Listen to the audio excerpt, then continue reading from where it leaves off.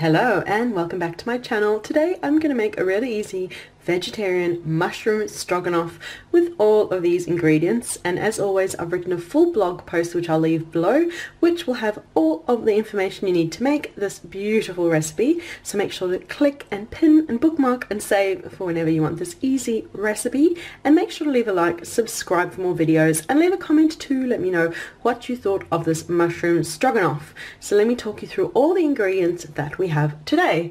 We've got some salt over there, but you can feel free to use salt, pepper, any other seasoning of choice.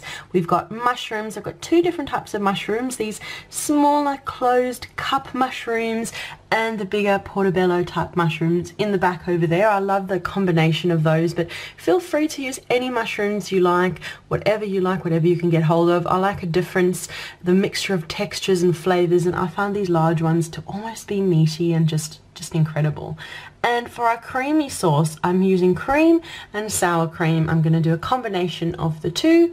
We've got a whole onion over there, but you can use any onion or any other vegetables really you like. And we've got garlic and of course paprika too, but you can mix and match, be inspired by the recipe to use any vegetables you like. You could add in some cauliflower, which would be lovely to absorb all of the flavors, and you can serve it with cauliflower rice, cauliflower mash, rice, whatever you like.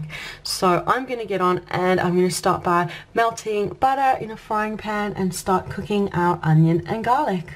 I've chopped up the garlic and onion, I've got butter melting in a frying pan, and we're just going to cook the garlic and onion until they start to soften a little and get a bit of colour to them. And while the onion and garlic are cooking, I've chopped up mushrooms, smaller ones, bigger ones, made a whole plate full here, so as soon as the onion and garlic are ready we can throw the mushrooms in. There's a bit of colour and fragrance coming off our garlic and onion, so it's the perfect time to add in the mushrooms. Mushrooms are in, and now for seasoning I'm going for my paprika and salt and pepper. There you go, generous shake of seasoning, and we'll toss everything through. Add more butter as you need it. You could even add stock if you don't want it to be too buttery, or you could add coconut oil instead. You can add some stock or water just to help it cook along, and we'll cook all these mushrooms until they're completely reduced down. It's getting there, it's just bubbling away nicely, and it doesn't take long at all.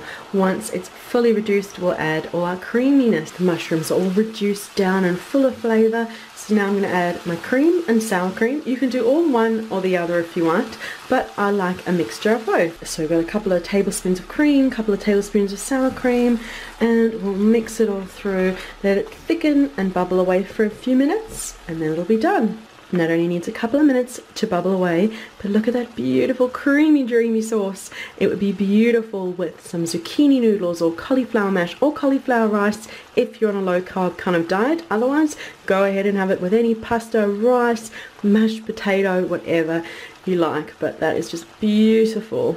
And there you go, it's done. Look at the beautiful mushrooms, the bigger ones, the smaller ones, the creamy sauce. This is such a beautiful flavorful dish, and if you're not vegetarian just like me and you like a couple of meat-free meals every now and then this is perfect, because you don't miss the meat at all, and it's so tasty and so wonderful.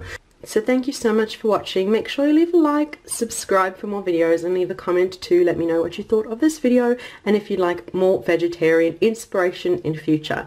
And remember to check down below for the link to the blog post, which you can pin, bookmark and save for whenever you want to make this yummy recipe. So thank you so much for watching, and we'll see you again soon. Bye!